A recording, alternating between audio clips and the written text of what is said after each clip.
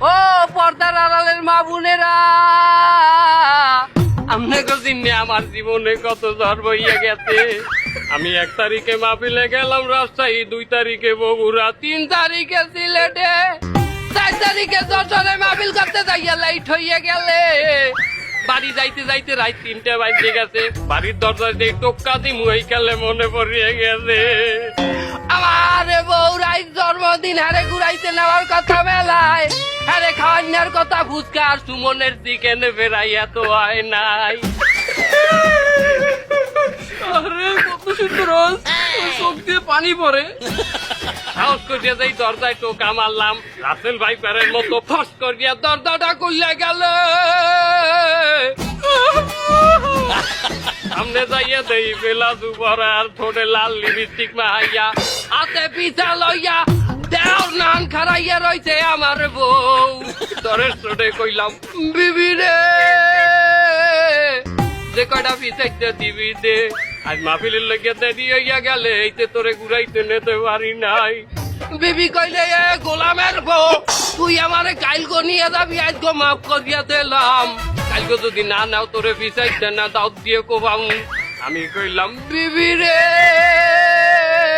হুজুর চালাই যান, বিয়ে হইবে মেলা, দাও দিয়ে কোপ দিলে আইজ অগ্রিম দিয়ে দে।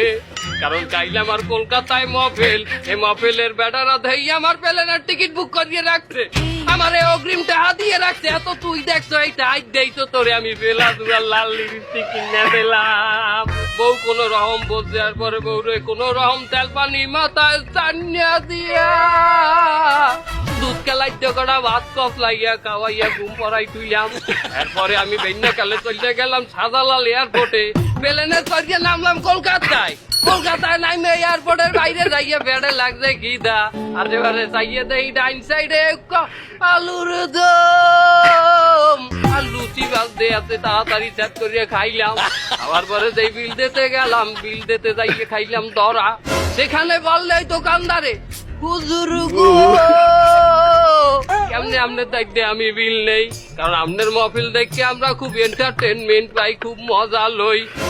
আরে জাহান নামি যেমন শ্রোতা আমার হেমন্ত মহফিল দেখে দিনই আলোচনা দেখে বলে মজা লয়। পিছের যে বিধানের কাম না বলেন, পিছের যে আপনার একটা বাবু, আপনি যে কত সুন্দর যে বয়ান করলেন, না একটা আল্লাহ রাসূলের কথা কইলেন, না একটা হাদিস কিতাবের কথা কইলেন। আপনি আপনার বউ পেলাজও করছে, তার আপনি কি বউরে কলা মাইকে খাওয়াইছেন নাকি ইয়ে কইতে আছেন, তার আপনি এই জায়গা কিসের বয়ান করেন? এটা কি দিনই আলোচনা?